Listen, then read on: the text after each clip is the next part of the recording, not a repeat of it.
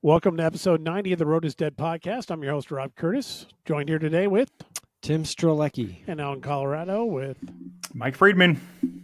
Nice of you guys all to join us again. Yeah. To start off, I was scrolling through my feed real quick and just noticed that there's a notice on the Ed Rudolph Velodrome, and they are going to delay the start of the 2023 season. Apparently, the track is in pretty rough shape in a few places, currently closed until repair work can be performed. The repair work requires consecutive nightly temperatures of 55 degrees or warmer. Well, shit, that's going to be July. What velodrome is this? This is ours. Ed Rudolph. Northbrook. Oh yeah, I've ridden Northbrook. Have you? Did you ever race out here at Northbrook? Probably. I don't remember now. Really, it doesn't have much banking. Pretty long. It's like 380, 370, Yeah. 380. You know, I did do Northbrook. We had collegiate state champion or collegiate nationals there. I'm pretty sure it was in Northbrook. I'm pretty sure it was Northbrook. That's many moons ago, eh? Would have been. Yeah, there's been a lot of really good competitions at Northbrook over the years. Every now and then, like the one of the old cyclist groups on Facebook, you'll see somebody will post some pictures, and it will be I'll look and I'll be like, God, that looks familiar, and it'll end up being Northbrook, and it's some like national championship or something in the 70s or 80s, and a lot of big stuff used to happen there for sure. Man, I don't know that we necessarily have much in terms of big events there anymore right now, but I think every velodrome is important. So any velodrome that's operational and running events is a key fundamental player in this world of cycling for sure. I mean, that's what I say. Yeah.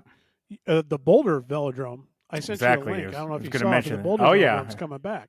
Oh yeah, it's been all over, and I'm super excited for it. I've known I was trying to help find a buyer for it about a year ago, but unsuccessfully. But I am psyched that it's coming back online and at a high level. It sounds like the guy, whoever, I don't know if it's a guy, but could be a her or a they. Seems like they have a lot of good plans situated for the community and building it out and how they're going to run operations there. So it's exciting. Really exciting, actually. Yeah. Nice. No, that's close enough to you that you can go ride it, right? Dude, it's 20 minutes away. Yeah, and it's it's in your back door.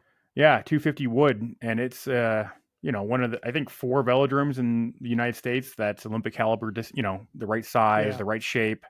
It has all the right parameters for optimal training. Plus, it's at altitude. One big thing they need to do is probably cover it. I think the town of... I was going to say, is it indoors? No, it's outdoors, which is a big part of the costs of it, were maintenance costs over the years. So, I mean, it's wood, so if they could get that thing covered, they would have a year-round facility that would be a world notch. Now, wasn't there an indoor one near you? World caliber. Yeah, they covered the 7-Eleven velodrome down in Colorado Springs, but that actually... I've been inside that one, but what were we going to say? Sorry. Well, it collapsed underneath a snowstorm. It couldn't handle the weight. We had a wet snow and it collapsed. So I don't know how the structure worked on the bubble, but I mean, it was a 333 concrete giant, tennis-like bubble over top of it, and it collapsed underneath a snowstorm. Well, I know that happened at the Lexus one this last winter. I think it was this last winter. Maybe it was 2 ago. Where's the Lexus one? There. It's in Detroit. Huh. And it's a small. It's one of Dale Hughes's toy tracks. So it's like 165, 166, something like that. That's not the old Vanadrome velodrome, is it? No, he did that. That somebody told me where that is. It's in storage or something somewhere. Somewhere, yeah. And then there was another one that he did that's almost similar that we had in South Chicago. That was the South Chicago Velo Campus, and that's still outside rotting away in the sun. Lots of hands got involved in that one over the years. It got built, then ditched, and whatever. I mean, it comes down to funding. It's all funding. Yeah. You can't, you know. And it's one of those stereotypical stories in cycling. It's like if you ask 10 people, you get 10 answers on what happened down there. And every time I mention it, I get emails from people saying, "Oh, I'd love to talk about that." Then you'll find out the real story, and then you get somebody else that's saying the complete opposite. So, yeah, that one's a mess. All I know is that it's still sitting there rotting away in South Chicago. I had a formulator for us that was a couple blocks away, and I would drive by and see it every now and then. And then we had the South Chicago Kermesse as a part of Intelli that was held within a couple blocks of that venue, so you could go over and check it out. But that venue is gone this year. We're not even having the South Chicago race apparently. So unfortunately, yeah. So yeah, no, I mean, I still think that we need a nice big indoor velodrome. Another one in the U.S. I would love to see it. The problem is getting people to come and use it and then get it funded. You got to pay for the staff and have programming that brings in various levels of, you know, got a lot of obstacles. That's for sure. Yeah, exactly. Yeah. Mm-hmm. I know we talked about it at one point. We hinted at, I think I hinted on it, and I don't think we ever outright said it, but I was looking at trying to do one here in Chicago. Total pie in the sky kind of stuff, and let's see where this leads. But we had enough contacts to where it was okay. If we formulate this plan, we can be in front of the Obama Foundation. We could be in front of the Pritzker Foundation. Groups that have money, and it's just more coming down with exactly how to do it, what it would look like, where we would put it, that kind of thing. But yeah, I mean, I figure something in the metro area that's within, not necessarily in Chicago proper, in one of the suburbs that's close enough drive to like O'Hare to make it easy to fly in and out of. Yeah, you get a covered venue like that, and I mean, you'll get people to come in and race. But again, just like I was saying, the various levels, the introductory stuff to get people onto the track. I mean, racers will always race, but again, you have to get a volume of people to come in and do the racing. I mean, T-Town is where Vandergrim was the first velodrome I ever rode. Mike Frazee Sports Resort, that's where I cut my teeth, and it was incredible. But then T-Town is where I spent a lot of my time. That's how I made a living when I was, Friday night racing, man, and then weekend crits was how I was paying my bills and eating. So I was professional back when I was like 15, 16. I'm still on the paying bills with crits, man. That's cool. It was cool, dude. It was cool. But it was also at a time where you could make $300 and, be good for quite some time, Yeah. Times change. Times have changed. I remember I had one of my few run-ins with Steve Tilford was about that topic. And because he was kind of a dyed-in-the-wool, you should be able to be a journeyman racer. You should be able to live out of your car and make ends meet if you're good. And I mean, and he was definitely that, man. And he was lamenting that at one point because of where Intelli had kind of gotten to. I think at that point it was a Prairie State Cycling Series. And he was chiming off about these professional promoters who are, just fleecing the riders and charging too much. And I can't remember the specifics, but I know that I kind of went to task in the comments and we traded some exchanges, and it was kind of like, hey, these guys aren't out here getting rich. The promoters aren't the devil in this. It's everyone's getting screwed all the way around, and things just aren't as cheap as it used to be. I just remember I went back and forth on it. I kind of felt bad because I didn't really know Tilford. I knew of him, but I didn't know him. And then that year during the series, where I was talking with something, and then all of a sudden Schuler drives by, gets out, and goes, "Hey, I wanted to say thanks for saying all that." He's like, he goes through his whole thing. He's like, it's hard for us to chime in because then we always look one-sided. It's nice when somebody from the outside who's not really a part of the organization kind of sees the perspective and knows what's going on. And then, of course, he had to end it in true Schuler fashion. He had to end it with, I think Tilly's just still pissed because I always kicked his ass. It's like, well, okay, that's between you two. It's a conversation I have no part of. Yeah, I raced a lot of races with Tilford. He was a good bike rider, man. Good guy, yeah. I mean, did so much for the sport. very opinionated. Was really good about the whole early blog days and stuff like that. Had a lot of information out there, had a lot of engagement, and I think really did a lot. I think I've talked about Tilford in the past on here. I didn't have the same experiences that most people did with him. I had my own, and they were a bit different and kind of stretched at times. But that was just a function of me and the timing, I think. Yeah. How you doing, Tim? I'm hanging in there. How are you? Good, dude. Yeah, I'm full gas right now. I got a lot going on. I got summer camps coming up, coaches trainings. We got a lot moving, and Pedaling Minds takes the forefront. It's kind of seasonal at times, and man, is it full gas right now. So I bet weather's getting nice. You guys are melting out of all the snow. The kids are itching to learn how to ride bikes. That's a good thing. Well, we've been running camp since January, so sometimes they're in jackets, but yeah, But you're doing them outside in January? Depending on the weather. Colorado is Colorado, man, so we get a lot of variation. I mean, it was supposed to be raining and thunderstorms tomorrow, and now it's sunny and 65 or 62, somewhere in there. The day after, it'll get 2 feet of snow. Yeah. And then it'll be 80. Yeah. Sporadic weather out there, but nonetheless a beautiful place to be. Yes, it is. Colorado is beautiful, but I was actually just back in Pennsylvania for a week visiting family, and man, Pennsylvania roads are like nothing else I've ever ridden, and it's beautiful. I think I mentioned this previous podcast potentially, but man, I had a good time training there and just being back on the old training roads. I bet. Brought back some good memories. A lot of good memories. Yeah, it's funny being guided around. Pittsburgh, Pennsylvania, one of the best towns on the map. My wife's got a soft spot in her heart for Pittsburgh. She loves it. Yeah, it's a unique town, small city, but it's a cool city. By small city, I mean comparison to like Chicago or New York.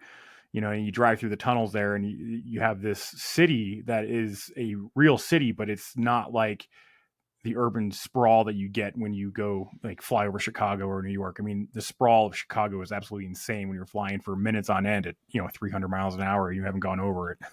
Yeah. You think about expensive. Oh, sorry. No. I was just gonna say, you think about all the shit in people's homes when we had the fires here in Colorado 2 years ago now. The smoke was insane. You just think about how much stuff people have in their homes, all the belongings, anyways, it's a separate issue, but nice. A lot of stuff. Yeah. Nice. There's your public service job there to remind everybody, go check your fire smoke detectors. Well, that day was not. Yeah, none of those would have helped that day. Yeah, no, not at all. I'm only thinking that because this last week I checked mine and I was like, yeah, I think they're only good for like 10 years, or something along those lines. And, I mean, normally there's an indicator. Well, you're supposed to put the date on them and everything, whatever. I know that I had worked on them at some point in our house, and I was sitting there thinking, and Julie, there was something going on in the kitchen. She's like, that smoke detector should be going off, and it's not. And it dawned on me. I go, I know I worked on them, but we've now been here almost 20 years. So when was the last time I checked those? So I go and I check them. One of them's got a date on it of 2003. So it's been 20 years, and the other one, I don't remember when I put it in. So I was like, yeah, I need to go get a couple new smoke detectors. So ran out and got 3 of them and put them up. Always a good thing. But now apparently they got lithium batteries that last for the entire duration of the 10 years, supposedly. So you just pull the thing on them, it arms them, and they're good to go, and you never have to change the batteries. Well, if we ever get to, fire smoke detectors that have like a hydrogen fuel cell, we'll have them for a lifetime. You'll have a lifetime supply of energy. There's like 2, and I don't want to get too much into this. It's a cycling podcast, but there's 2 different types of fire smoke detectors. One is a radioactive ionization kind of smoke detector that sees non-visible particles in the air that are combustible byproducts. It serves that to go off, and the others are photoelectric, which go off of the visible particles that are in the air. Some have their pluses and minuses. All I know is the radioactive ones you can't throw away, so you got to actually recycle those.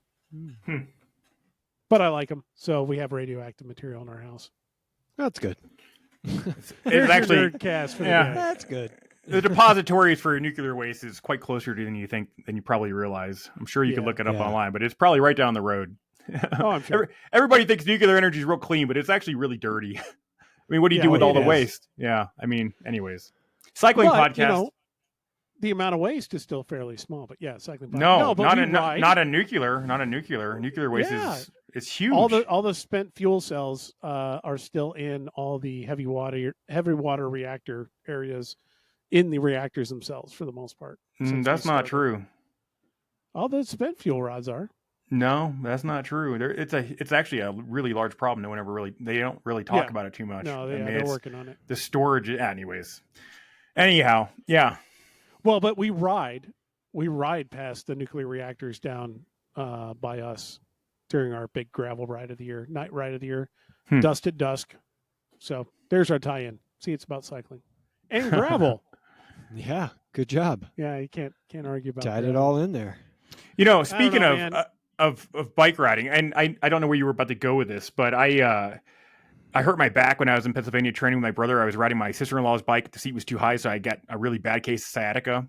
And this is going to be about recovery. There's a number of athletes that I've spoken to recently that simply don't take enough recovery. And I had like 2 weeks completely off the bike, like completely, because I could barely walk through my room. And I hopped on just an online training race because, I don't ever just do training. I actually have to race, online. Yeah. And racing is the best training. It's like going to a group ride. Yeah. 15 watts FTP straight up, and solely just based off of recovery. So recover is just as important as training. Actually, It's more important. It's more important, I would say. Yep. Equally important. It's important. Okay. It's important. Yeah. It's important. I can't tell you the number. And obviously, I am where I am in this sport, but I get exposed to a lot of higher end riders, and it seems like I've lost track of the number that have told me over the years that they were pushing, and always getting kind of about the same, maybe trending slightly upwards results. And then they would hit the spot where they would almost have their training load in terms of hours. They were more focused with the time that they did have. And then they were more focused on their full recovery and looking at other body metrics to kind of guide their recovery efforts. And they were seeing greater increases overall by doing that. So I always thought it was interesting, but that was my first exposure to a lot of people saying, hey, people grossly underappreciate how effective true recovery is. I think it's so effective that I actually choose to focus on recovery. Well, I think a lot of people out there are just, they're insecure. They're insecure with, not doing anything, or I don't know if it's insecurity or an ego thing, but they're like, they're so hell bent on, I have to do, and don't understand the value of the recovery. When I hooked, and I was the same way. I used to just go full gas for years on end and never take a break. And then I got a coach, and he taught me the value of recovery. And it was hard for me to grasp and mentally be okay with, but when I started to understand recovery and what it did for you, and see the benefits when you come out of a designated recovery period, and what it did for your fitness overall, then it's like, oh, I want to do more of this. Yeah. I don't know if it's necessarily ego so much as it's like you think you have to train more to be better. Where you can do a lot. Yeah, you can do a lot in lesser time. If I could go back in time, I would have trained differently and recovered very differently. It's just the way it is. But that's the double-edged sword of aging. As you age, you become more familiar and more. You realize you're more in tune with your body. You know what works better, what's more effective. Mm-hmm. But you're trading off that the seemingly endless reservoir of capacity of youth. Where you could have done almost everything. And I think that in combination with our increasing understanding of nutrition, training effect, and everything else, how all that's increased in the last 20 years even. We're seeing now riders extending their careers through later years than we've ever seen. And it seems like it just keeps heading that direction. Yeah, I mean, it used to be a policy where you got rid of the old riders, and old was 28, 29, 30, 32, and I mean, it's, now it's like 40. Yeah.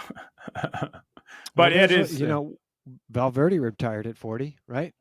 Didn't a number of riders. There's a lot of them that are north of 35 that are still in it and still competitive and hitting that almost 40-year-old mark that are still relevant in the peloton, which is awesome to see. and there's a lot you can do for optimization at that age. Age is not really a limiting factor. It's, heart and mind. I mean, it is a factor to a certain extent, but you have so much knowledge and experience at a certain age with the experience that you get from having raced for so many years, Yes. So Yes. I definitely retired early. I could have kept going. I would have, but I'm not unhappy with that decision either, because it's opened up other opportunities, because there's not, life beyond cycling is also a good life. So, yeah. And, not to say that wouldn't be different, but how would you feel, the feelings you had right after you left, how would you like to have those feelings when you were older as opposed to having them when you were younger? oh my gosh. Now, Yeah. I mean, you know what I mean? yeah, in my mid-30s, having a midlife crisis, not knowing who the fuck I was anymore, literally overnight, was like a huge eye-opening experience, and I had never experienced that before. That being said, and we talked about this the last podcast, is I quickly realized that I was defined in many high-quality ways from cycling. I was grateful for that. And what it taught me and how I interacted with. But there's also downsides to it as well, just like in everything, pros and cons. So, yeah. Yep. Anyways, yeah. Absolutely. No, I was going to talk about, to get back to what we were saying earlier, riding and everything else like that. I did go and do the training camp. How was it? Last weekend? Complex, not as straightforward as I thought it would be, but I got some good riding in for myself. I got more miles in than I thought I would, but I only got 2 of the 4 rides in overall. But I was actually okay with that. It was, if I had ridden more, I think I would have. The weather just kind of sucked, and you can only suffer so much in the cold in a 25 mile an hour plus, wind with hail and sleet for so long before you're just like, yeah, this is doing more mental damage than it is improving my physical health. So I got a good 70-ish miles in, and that's good enough for me. Did you have fun? Yes. On the bike, yes. Off the bike, not so much. Yes and no. I actually, Leah's not with us, and Leah wasn't able to join camp. And because of that, she was the one that kind of arranged a lot of it. So as a default, I ended up finding myself having to cover more bases than I thought I was going to. So, camp counselor. Yeah, it wasn't as relaxing in that aspect as I thought it would be. Imagine being plopped into an event that others planned, and all of a sudden you're the one trying to execute. It was kind of like, I don't have any information. Very difficult. So, that wasn't the best, but, camp, great to hang out with people, talk about bikes, be on bikes, be around bikes, and not being around home, because then you don't have to worry about necessarily all the day in and outs of, your daily routine and what else, other factors going on. Yeah, you can shut it down and focus on just the thing at hand. It's like a mini vacation of working out and hanging out with people on bikes. And I had the side benefit of, we were down in an area of the state where I have family from, very tiny town, 2,400 people. And yet I have at least 5 direct relatives that are in that cemetery in that town. And then if we go up a generation, even past that, I don't know how many I have. I'm still working through all the heretical records, but I'm very quickly, within 2 generations, I'm related to a family with the last name of Custer. And apparently there is a connection to that Custer, the not so nice one that did the bad things to a lot of people. So apparently I'm a relative, a distant, like 3-time removed relative, but apparently that's the case. But so I took the Sunday when they were all riding, and I drove out to the cemetery and tried to find some graves while I was out there. Basically just froze my butt out in the middle of a cemetery. I don't know if you've ever walked through a very old cemetery, but it's kind of a nerve-wracking place to be in general, because my dad put the fear of God into me when I was young, when we were in cemeteries, because he'd always be like, don't step there. That grave is that coffin's collapsing and the whole thing is falling in on itself. You've never, if you step on the wrong one, you're going to fall down. And in my mind, I had this idea that the ground was going to open up and I was going to be in somebody's coffin with them, if it were collapsing. That's not the case, obviously. But so he put the fear of God into me. So I'm walking around, even though I'm a grown adult, and know how physics work, still doesn't work for me. Walking around going, I don't know where I'm heading. I need to know where I'm heading. So I got back and was able to look some stuff up and found out where I actually got GPS coordinates for a couple of the graves I wasn't able to find. So at some point I'll make it down there and redo that. I don't know if you guys are into genealogy or if anybody else is into genealogy. Oh, yeah. I'm not. I am. I don't like consider it. myself to be, but I have become that way. You kind of get to this point where you're like, maybe it's me with age, but I get to this point where I'm like, I really don't know where I'm from. And that's why I find it fascinating. Know. That's exactly right. Yeah. I mean, dude, think about it. Like, hey, Rob, face it, dude, your mom and dad had sex and had you, right? So the odds of them having sex at the time when they had it, and then, the sperm and the egg meeting at the same exact moment that formed you, dude, the odds of that are so crazy, so. Dude, you're totally didn't think I was going to think about my dad's sperm today. Thanks. Well, you did privilege. Just talk to him yesterday. Privilege of life, my friend. Privilege of life, dude. We're all unique and special. Yeah. Life's so valuable. Think about the odds. No, I like to appreciate it. Yeah. How lucky are we? The odds are astronomical, and I like the genealogy part. I like to know. Interesting thing, like I was able to find through these records that my great-grandfather passed away when he was like 56. And this is the first time I've seen a record that said he died of heart failure. So, and that was something new.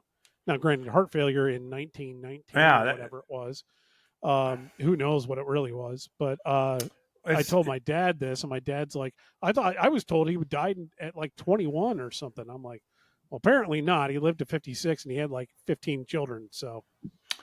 It's good to know the history, the family history for sure. I mean, my old man died at 62. He was young. 56 is young. 62 is young. And yeah, just knowing the family history of ailments and some of the things I've experienced with my blood clotting stuff. And, it's good to be aware of the risks that run in your family for sure. Be it heart or cancer or whatever.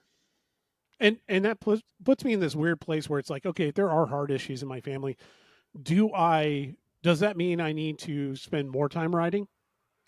Or does it mean I actually need to dial back the intensity? Because you're starting to see more and more reports in the cycling media of higher profile riders who are starting to find that they have heart issues that are cycling induced. And it has to do with the amount that they've ridden their entire life and the intensity that they've searched after. I'm thinking in particular of like Leonard Zen. Leonard Zen, like, has all sorts of health problems now, heart problems. He lives right down the road from me. Yeah, and it's cycling related. And to my knowledge, he now rides e-bikes because of it. There's a lot of different reasons why that's the case. I mean, I don't know that. I'm sure, it's a muscle, so you can probably overuse it. But I mean, there's a lot of different variations as to why the heart issues would exist. None of us are doctors here, but I don't know that saying it's mostly genetic too. Yeah. Really, when you get down to it. Yeah. That's why you can read about, some marathoner who's spent their whole life running, has always been in perfect health, and then just drops dead in the middle of a race. Yeah, and that's a scary thing. I mean, you can definitely, that failure at that. See, that's the thing that I was just about to say how crazy it is when you're, say, even 150 beats per minute, 180 beats per minute. I would love to see some sort of, simulation of how fast your blood flow is moving through your arterial system when it's pumping that fast, right? I mean, it's got to be like a hose, just flowing through your system. Yeah. And to have a failure at that rate would be a pretty catastrophic failure. I can't imagine what that would feel like. Yeah, especially with all your cells screaming and needing oxygen as quickly as possible, and just having any kind of interruption in that would be catastrophic, obviously. Yeah, it's interesting though to think that there's some research coming out that implies that if you're doing a lot of high intensity stuff and high intensity training over a long period of time, that you can actually, if you're genetically, from what I understand, if you're genetically predisposed to having issues, that high intensity training can actually erode your stability in that area. And it's counterintuitive to what we've always thought about, doing these activities. Now, granted, I think there's a difference between obviously just riding and riding for health reasons versus going out and training or racing or doing pushing yourself longer, faster, harder, all that kind of stuff. So that's my excuse. That's why I ride at a novice recreational pace. You know what else you should probably do? Go to the doctor. Yeah. I've heard that that's important. You should go to the doctor, especially if you're worried about that. I guess I'm not worried. Okay. We've covered that. Yes, we have. Yes, we have. Hey, look at these bruises. You can't really see them on the camera. Yeah. Working on my son's car last night, 1996 Ford Probe GT. I've done a lot of auto stuff too. Oh, yeah? I had to drop the engine to pull the alternator out because, 90s Mazda and Ford design. Good stuff. Anyway, no one wants to hear that. Actually, it is important to be able to, bike maintenance. Bike maintenance is a good way to get into being able to take care of your own stuff. If you know how to work on your bike, chances are you know how to use a couple of different tools. Don't be afraid of working on your own car. You can save yourself a lot of money. Yeah, but bike maintenance is getting more and more complex. So are cars. I will even admit that. Yeah, but well, here's a good example in that Ford issue. We can't find any information online because of its age. It was just it came out and people were working on them during an era where YouTube really wasn't a prevalent place for people to put like help videos up in. But if you go at any car now and you say, "Hey, how do you change the transmission in a whatever," and you will find a video on a step-by-step how to do it. And while bike technology has been getting more and more complex, which I readily will admit, it's to the point where even I've been doing this for how many years, I still have to fire up like an iPad and look at a manual because I don't remember in this particular group for this series, if I have this configuration, where do I set the chain tension? What gear do I put it in to do my final adjustment? All those kind of things. Which way does this seal go? If it's upside down, you screw it up, you get it all back together, and you're like, shit, I can't put it together now. Yeah. Mm-hmm. I can't remember. There was a group I was working on not that long ago. Was it yours with the brake bleed issue? I don't think so. It was, I can't remember which one it was, but it was a brake bleed issue. I had bled the system multiple times, doing all the tricks that I know. And when I say multiple times, I mean for 10, 15 minutes, I was messing with it. And I just could not get it to take. And I was like, it feels like there's something in there. It feels like there's air locked in there. I kind of get this feeling that it's, somewhere around here or whatever. And I'm like, you know what? I'm going to buckle down and actually go and check the videos on how to bleed this particular group. Sure enough, it's the tilt to this, tilt to that, drop this, do that. The second I tilted it, the handlebars, and actually put an angle on the reservoir itself, big old line of bubbles come out and everything's perfect. It's the little things. You can have. I will still argue you need to have a baseline of mechanical ability and understanding of what's going on, and that will take you through 90% of the problems that you run into. But at the end of the day, you need to have targeted, specific knowledge if you want to really permanently solve problems. And I do this all the time, and I still have to refer to everything. And I can't even think of the number of shops that either don't train, don't take the time to get certifications, and or they're so rushed at certain times of the year that they've got whatever level tech doing whatever they need to do to get the bikes out the door. That's crazy, dude. It's such a liability, man. Oh yeah, exactly. Big time. That's such a liability. And it's, to that point, there's so many bikes that are now being sold on Amazon that are coming in that are, we call them BSOs, or bike-shaped objects, because they're not really bikes. They're just something that resembles a bike.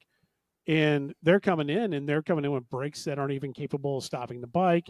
They're coming in with forks on backwards. Forks on backwards, forks that are bent, or like brake levers that will bend, brake calipers that will bend the first time you use them, You're talking about cheaper bikes, though. Oh, yeah, these are all super cheap bikes. And I'm starting to see in some of the industry forums a lot of shops saying, are you guys still assembling these? And you've got, you see the gamut. It used to be people would say, yeah, no, I assemble them and I charge people double. because it's going to take me twice as much time for me to make sure this thing is even remotely safe. And so they'll charge 100, 125, 150 bucks to assemble a bike that cost, 75 bucks online. And it is kind of crazy. Yeah. Sorry. Used to see that a lot. And now you're starting to see a lot of shops saying, we don't even touch them. We're to the point now where we just say no, we reject them. And it doesn't do anything to improve our image as an industry, because the common person in our society already views most shops with having this like ego and, well, that's beneath me. We don't work on your kind of bike, that kind of thing. And they usually have an attitude when they do it too. And what they're trying to say is, you don't understand, it's not really safe. You're going to end up with a bike that's not really safe to ride. And it comes across as, your bike's crap. You didn't buy one of our bikes. You should buy one of our bikes. And because you didn't, yours is crap and it's going to kill you. It's a no-win situation. You come off looking horrible, but at the same time, no, really, that bike is crap and it is going to kill you. It's a weird place to be in. CPSC isn't doing its job in that regard. It's not really keeping the crap bikes out, and it's not. It would be like if you were importing cars left and right that had brakes that didn't work. No one cares, because they don't view bikes as a viable form of transportation. Yeah, I mean, we see a wide variety of kids' bikes, that come through the program, and 90% of them need some form of adjustment or tightening. It is baffling how many things are loose, and dangerous, and the kids show up, ready to ride them, and honestly, most people don't know how to work on them, right? So it just becomes, and to your tech point, a lot of people are putting these bikes together don't know what they're doing to begin with, right? So, but it is, I mean, the training we do for our coaches in terms of bike maintenance is a pretty significant portion of the training because of that. I mean, and any bike shop that is putting bikes out that aren't certified, by someone that knows what the hell they're doing, dude, you can kill somebody, man.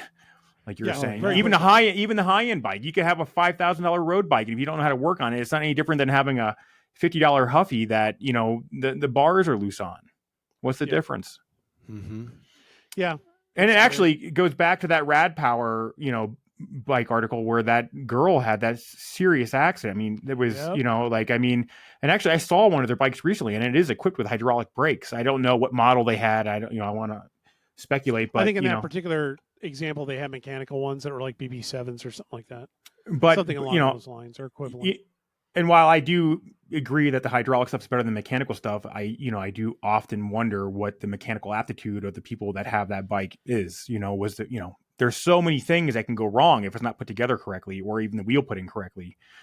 Yeah. So, anyways, it was one level of complexity when it was a mechanical system, and you can teach most people that have a mechanical aptitude how to work on mechanical systems. When you throw in hydraulic systems, that's a whole nother field of study. And that's but it's not as intuitive for people. It's not complicated. It's not complicated. But it's not as intuitive. Yeah. Well, if you understand fluid dynamics just a little bit, you can get it, but then you have to have the mechanical aptitude to be able to actually do the bleeding and get the pressure built, and, so that there is no air in the line, and how to get it out if there, everything you were saying. And then you couple that with, then you take it to the next level to electronic. Now you're involving what is in essence 3 different fields of study in one mechanical system. I guess you got pneumatics in there too, but that's kind of like hydraulics. But anyway, people tend to be really good in one area, not necessarily all 3. Luckily, we've got really dumb systems for the other 2 that we're working with when it comes to bikes. So, yeah, I do think it overlaps and connects, though. If you learn one, you can learn another and then learn another. I mean, the process of just learning things, it definitely connects. It's like, I keep saying it, though, and I keep coming back to old bikes. There's bikes that I've worked on over the years that were fine, and they come back in a couple of years, and there's like no break at all. And it's because the bike's been sitting and something, pistons frozen, or, something else happened. And it takes work to get it all working right. And I keep going back to that idea that at some point we're going to start running into these bikes that have these components on them that somebody threw in the rafters and sat around for 10 years or whatever. They're going to pull it down out of the rafters, pump up the tires, Well, they won't be able to because they're tubeless. But they're going to pump up the tires, go for a ride, and not have any brakes. It's going to rear its head, and it will have a higher probability of happening than the mechanical ones. I mean, it's just what you're saying is the bike check. Every single time you hop on your bike, I mean, and most people who ride probably are aware of this. There's a number of things you check right away, and it's just like a no-brainer. I mean, yeah, it's not the people that ride; it's the people that don't ride that are going to be the problem. But they don't know to check, and they don't know what to check or how to check it. What's the technique to do so? Right. And the last time they were on it was 10 years ago, and they spent a lifetime earnings buying this. It was a super expensive bike, $1,500, $2,000. So that thing better have been, perfect when they put it away. And why wouldn't it be perfect now? They haven't used it. It's like it's a mint condition, expensive bike. It'll be weird. It'll be interesting to see where the industry goes with that. But I don't know. We're trying to keep this on a little quicker schedule, and the clock is already running down for us. So if you're listening, watching, chime in, give us a comment. Let us know if you like a little shorter format, if it works out a little bit better for you. Or, we can always go back to just letting our conversations go for an hour and a half. No, good at that. No, yeah. Let's narrow it down. Real quick though, let's talk about Gila. I mean, or something that's going on in the world of cycling. There was a pretty dramatic crash yesterday. Or Mogi on stage neutralized the field. The race leader was sent to the hospital. A number of other riders were involved in the crash. I have not been paying attention to Gila. I've been seeing some people are out there. I've been seeing some good stuff from it, but I haven't seen much. I heard Ricky Arnapol won a stage. I don't know. I haven't looked at the results either. I just, I saw Ricky was up there. That whole area, Silver City, New Mexico, is a pretty amazing place to have a bike race. The roads are pretty incredible, and the terrain there, they do a lot of mining. It's one of the biggest mines I've ever seen. But some of those climbs are like painfully long, and you're out in the middle of nowhere. So if you get dropped, you're riding in solo for a long time. But it's beautiful out there. Beautiful. Yeah. That's another long-running stage race. That's a great stage race that's ongoing, Mm-hmm. We always sent riders out there to do it. We would have riders from here that would go out and do it. Inevitably, they come back and be like, man, I was so underprepared for that. Oh, yeah.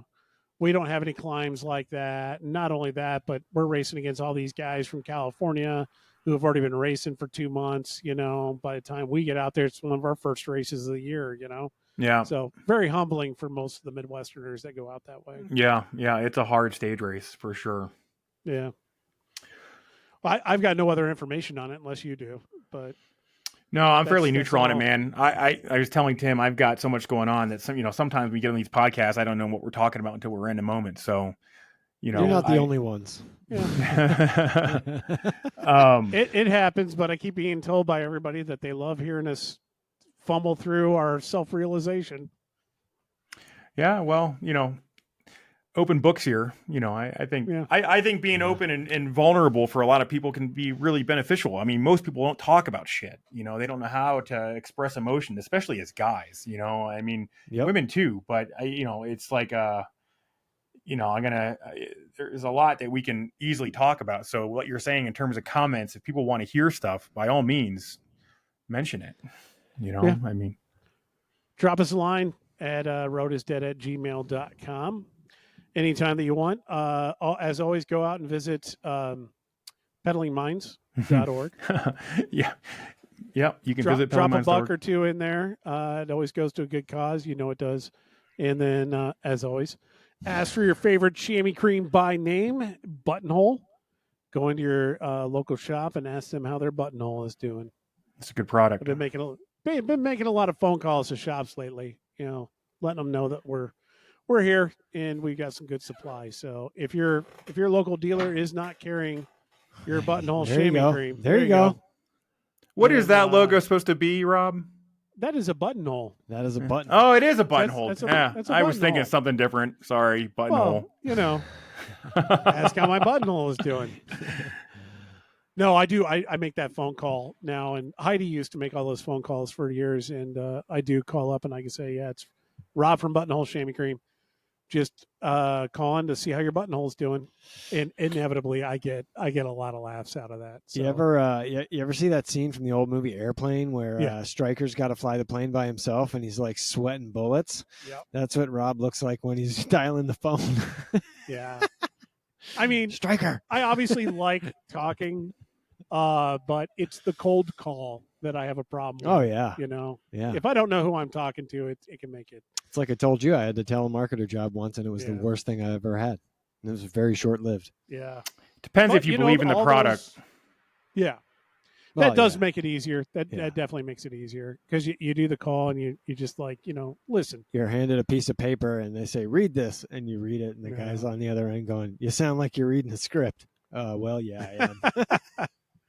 I need to make a script for myself. But all right, well, go out to peddlingminds.org and go ahead and drop a dime. And then not necessary. That's not 100% necessary. Yes, the funding helps, but it is not necessary when you go to visit the website. But we'd appreciate it. So go out there, drop a dime, and then obviously ask for your favorite chamois green by name. If you need some wheels, go out and check out cymet.com.